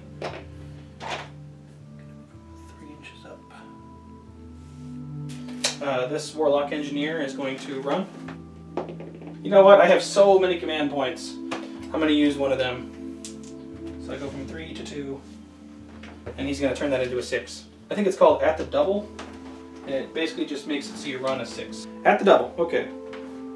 You can use this command ability after you make a run roll for a friendly unit that is within 6 of a hero. He is a hero, so it's good. If you do so, the run roll is treated as being a 6. Ah, okay, cool. Did not know that. So he's going to just run up right behind the Warp Lightning Cannon there. And then this Warp Lightning Cannon, he's probably good where he is, to be honest. Okay, let's shoot. Let's do left to right here. This guy is going to fire his Warp Bolts, but he's going to go with more Warp Bolts this time. So instead of D6, it's 2D6, but if I roll a double, it's bad news. Rolling the dice here, I rolled a 6 and a 2, so 8. He needs 3s and 3s on these Crypt Players. Oof! Not a very good roll here. That's a 1 there. Holy cow. Looks like we got 3 and 3s, so we got 2 -1s. They do D3 damage apiece, though. Oh, okay. So -1, so I get 6. So saved 1, nice. Took 1. 3. Okay. No, I don't get any courtier save because that guy's gone. So 3, so 2 go on to that guy. He dies, and 1 goes into the next fella. Okay. The Warp Seer has his prehensile tail. He is going to swing away with that. He has taken quite a bit of damage, though. He's taken 6, so his prehensile tail is only 2 attacks now. Pretty sad. 3's to hit, 3's to wound. 2 hits. 2 wounds. -1, 1 damage apiece. Okay. So saving on 6s. Oh, so take nice. 1. So 1 damage. Alright, you're forcing my hand here with the combat. Alright, this Warp Lightning Cannon is going to fire at the Archregent. It is a 6. So this is where the Warp Lightning Cannon really can hurt. When you get that 6, now I gotta roll 6 or higher on these dice to do any damage. Not a single 6. So no damage from that Warp Lightning Cannon.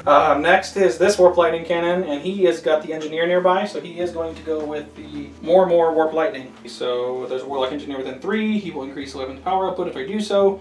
It is 12 instead of 6, however, after the attack has been resolved, this model suffers D3 mortal wounds for each unmodified roll of 1. It's a 4, right down the middle. So with 12 dice, I need to get 4 or higher. For each one of these that's 4 or higher, it's 1 mortal wound on that Terrorgeist. However, for each roll of a 1, I take D3 mortal wounds after the attack. So it could be all 1s. Yeah, right. Could just destroy himself. Now I do see a couple 1s, so that worries me a little bit. I see 2 1s, so he's going to take some damage for sure. But he is also going to dish out, I need 4s, was it? Yep. He's going to dish out 5 mortal wounds for sure, but you got probably saves against that. Yep. And then I have 2 1s for each roll of a 1. He suffers D3, so 2D3 mortal wounds on myself. So ooh, that's nasty. 4 mortal wounds on myself, which brings him down to 4. Yep. All right, so saving on 5s. Okay. Yep, that's a 5. Nice. And saving on 6s. So it takes 2. I was hoping for a bigger roll than that, but we'll take it, I guess. So the Storm Fiends, I'm going to have just the 1 Storm Fiend shoot. Well, he's probably the only one that can't shoot, to be honest. But anyway, he's going to shoot at the Terrorgeist, 24 inch range. 3 dice, 4s to hit. I got 2 4s and a 1, so the 2 4s hit. And I need, was it 4s or 3s? 4s. No! 2 1s, snake eyes. Wah, wah. So nothing there. Okay, charging phase. This is a big one here, folks. Let's start with the big news here. The Storm Fiends are going to charge. They need a big roll. Oh, the 5 is definitely not. They ain't going nowhere. I am going to spend a command point if I have to, because I don't think 5 is going to cut me. Well, no, I don't think so. Okay. Come on, people now. Give it. All right, an 8. Didn't you already spend a command point to do that at the double? I did at the double, which is in the movement phase. Okay. Yep, and it's a different one because at the this is forward to victory. Oh, okay. Yep, different one. So 8. Should be enough to get. Oh yeah, here they're all day long with that. Combat. What's? Oh, sorry. One more thing. The Doom wheel is going to charge, and it gets a 7, which is more than enough. Because I can't, I'll hook him around a little bit. It's a big squeaky wheel. Right. Coming at you. Yeah. Yeah, it only does this thing when it's a normal move. Okay. Which one do I want to do first here? I think we'll go with the Storm Fiends. See if I can cause some ruckus. So he gets a 3-inch pile-in, but that's still not going to be enough. It's 3 inches. Okay. He'll point his machine gun at you and look intimidating. Look at me. His clubbing blows probably wasn't going to do much anyways, let's be honest. But yeah, the other 2 Storm Fiends are definitely in, so then we'll go. We'll start with the Shock Gauntlets. This guy has the potential to be a real badass, but we'll see. That's kind of the theme of Skaven as a whole. Okay, so he's got the Grinder Fist. It's 4 attacks, 4s to hit, 3s to wound. If I get any 6s to hit, though, it does D6 rather than 1 hit. Alright, so I need 4s to hit. No upgrades. No 6s, but I do get 2 hits. And 3s to wound. Alright, 2 wounds, that is -1, and it does 2 damage apiece. And then, of course, it's on the ghouls, the only ones I can swing at.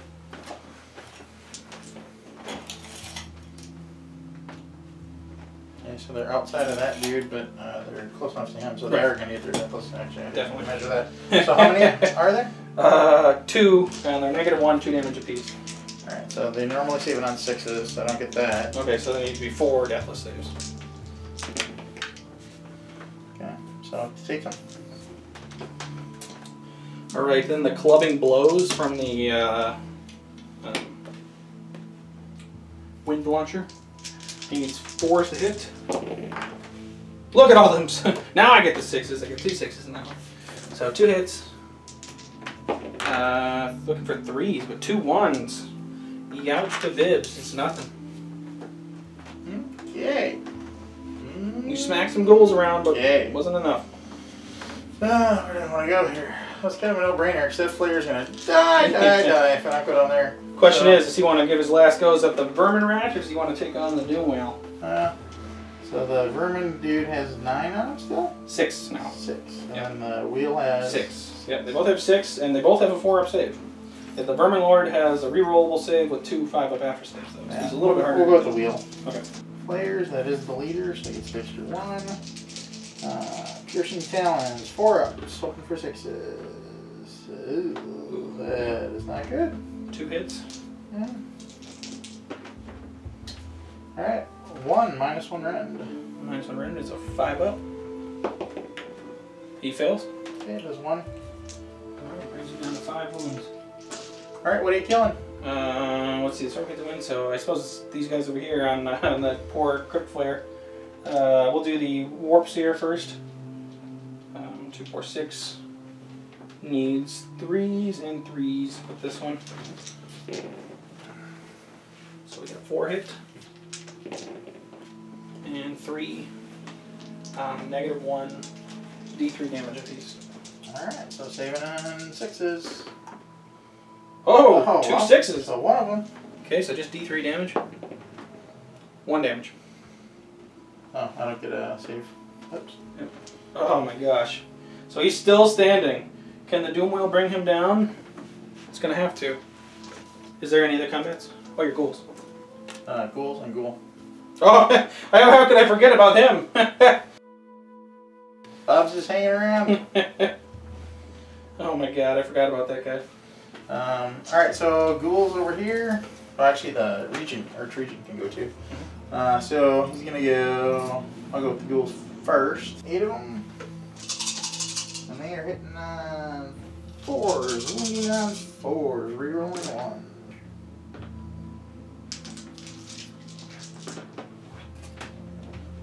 Not bad. Not awesome, but not bad. 2 out of all that. Mine, is there any random? No random. Alright, so 2 4-ups. Pass 1, fail 1. Okay, 1 damage. You bring the rattling gunner down to 5 wounds. Alright, my doom wheels up. While still maintaining base contact, I'm just gonna like that. I'm still not in range of your ghoul, but at least I outnumber you 2 to 1. Can he kill the Crypt Player? That's what we're shooting for. He gets D6 attacks with that wheel. 6. 3s. 4 hit. And 3s. 2. 2 negative 1s on the Crypt Player. Okay. 6s. Nope. Goodbye, Bob. Alright, we took down Bob the Crypt Player. So the Skaven have done some work, but I think it might be a little too late. Alright, so now we're going to go over here with the Archregent. Boop. He gets 7 attacks. He's no pushover. 4. I've never actually got him in combat before, so we'll see. So he has... ooh, they can heal up to 3 wounds in the hero phase, though. That's pretty sweet. Yeah. Alright, so 7 attacks. 3s and 3s. Only 2 miss. Yeah, that's not bad. Yeah. Alright, 4 of them. And this does Minus have 1 round. So 4 or 5 ups. I passed 2 of them, so he takes 2. 2. Alright, so I think that's all the combats. Yep. So we just got 1 battle shock on the ghoulies. Yep. Which actually, I don't even know if they can fail. I only killed...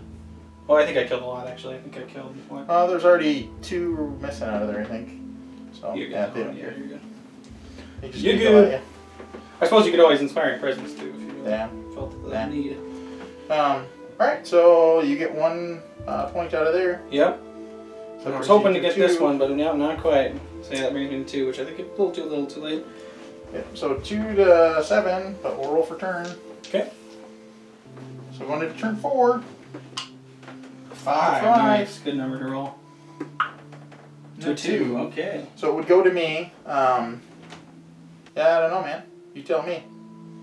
I'm pretty sure you got it, because like you said, you have 7, and I only have 2. So I'd have to get 6 objective points in the next 2 turns, which means I have to take all 3 for the next 2 turns. Yeah. Which is pretty unlikely. Although I would like to admit that the Skaven did well today. They did some work. I was really surprised how they got rid of the terrorists that quick. The mortal wound output is pretty nuts on Skaven. And if I didn't jump on those objectives right away, I would have got very good wiped. game. That's true, yeah. So, good game, sir. It was a good game. Thanks for coming to the channel, and I hope you enjoyed that battle report. Like I mentioned at the beginning, please like, share, and subscribe. Definitely tell all your friends. But we're going to do a post-game here, and so if you want to tell me a little bit about your feelings about that game. Well, I think it really went really well. As you all saw, I didn't really necessarily play the objective game too hard, but that's kind of the curse with a ranged army in general. You never really can jump on those objectives per se. But overall, I was very impressed with the firepower of Clan Skryre. In the past, they've done well, but I think they've improved it a lot with the new battle tome. Yeah. Yeah, when you jumped out as far as like, not necessarily points, but when you jumped out as far as like killing things, I was really surprised that the Terrorgeists don't usually go down that quick. My general didn't even get into combat, which was pretty awesome on your part because he had the double pile-in and all sorts of other fun things going for him. So he didn't get to do any of that, and the Chalice died and everything. So the only good thing is all my Terrorgeists this time lasted long enough to bring everything on that they could have brought on. So no units like died on the vine, just kind of sitting on the sidelines. So that was good news for me. And then if I didn't jump on the objectives as quick as I did, yeah, this game would have been done. Because even looking at the board now that it's over, right. If I was behind on objective points, I don't have enough things to get me back in the game. I will say Flesh Eater Courts and their summoning abilities seem to have somehow improved, although they haven't really changed that much from General's Handbook to Battle Tome. But they were more present, I feel like. Maybe it was just your build, but I also play Flesh Eaters, and yeah, they seem to have more summoning capabilities now with the throne, the Carnal Throne. Yeah. The Archregent being able to bring on that extra unit definitely helps. I didn't spam the table with Archregents, and if you are a Flesh Eater Hordes player out there doing that, shame on you, because you know that it's going to get nerfed. So why play that way? It's not fun for anybody to do that. So it's a build, you can definitely do it, but I just know that it's going to end up getting nerfed. It's fun to enjoy it while it lasts if you're playing it. But my kind of take on it is just take one, because you know he's a cool character. It's fun to have on the table. The Carnal Throne is definitely fun to use with him, but I can't see spamming the table with like 4 of them. That would be really very fun for anybody. And same thing with Gristlegore. I mean, it might be fun for the person running the Terrorgeists, but if I had 3 more Terrorgeists stomping around the table, yeah, I just don't think that would be very fun. Yeah. Fun game to watch and or play. Yeah. So I feel like it would be really quick either way, just because you're either going to just roll over them, or if you only have so many models and they have the counter to you, then you know you're in trouble. And that's one thing I really like about Clan Skryre, to bring it back full circle, is that they have probably one of the best mortal wound outputs of all the factions in Age of Sigmar. So that's probably why I was able to deal with the couple Terrorgeists you did bring, is because you know, the warp lightning cannons and stuff like that are pretty cool. The ability to just overcharge random things is really fun, and I think it worked out in a good way, and it wasn't too game breaking. I did have one character kill himself, but that's and most people who played me know that's pretty normal. Yeah, that was definitely fun. I learned more playing them. Heidi played a game against the Rats a few weeks ago, and so that was a fun game too.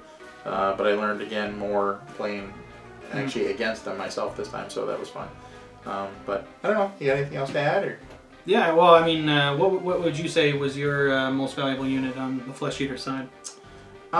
It's tough to say because I didn't really have anything that was kind of a standout. Anytime I got into close combat, I failed some rolls and things, so things just tended to die. The fact that I was able to have so many things on the table though with the summoning, I think is the MVP of the army, even though there's like not like one unit that did its thing. Yeah. I kind of wasted the Terrorgeist and a unit of Flayers down here, but not really, because they held that, you know, that point and kept that point. And plus, I was banking on you going forward, hence with the shackles I had set up to try and slow you down, because that was my plan. Speaking of which, I'd say the endless spells as a whole on my side weren't very useful, but then again, you kind of have to do what you have painted, more or less. I have the 3 I brought laying out in front here. You'll notice I didn't even bring the Balewind, didn't even try to summon it out. So that's a 40 points I could have saved myself. The Shackles, 20 points. I feel like that's kind of worth it, 20 points for the potential of dealing with you. And then the Vermintide, I rolled 13 dice, needed just a couple 6s and nothing. So, you know, that's the thing about this game, is sometimes the endless spells for certain factions seem to be like unequivocally better than other factions. For instance, the wonderful, what's it called? The Cup of Kool-Aid, yes. The Chalice, that spell seems to be really good, and especially for its value, because isn't it like 40, 60 points, something like that? You know, honestly, I haven't played it yet. I was considering bringing it for this game, and then when we talked pre-game, since you didn't have a lot of troops on the table, there really wasn't any point in it. Right. Because it's really something, if somebody has a lot of troops sitting on the table, you put that on the table, and then you can just kind of heal all your stuff back. But since you weren't running a bunch of rats, you know, littler dudes, that's kind of the I fun wasn't thing going to kill a bunch Scryre. of things. So, but maybe next time. Yeah, maybe next time. I'd like to run Clan Verminous in the future and do some Clan Rats and some Claw Lords and all that, but it's a lot of work that goes into fielding that many rats. Right on.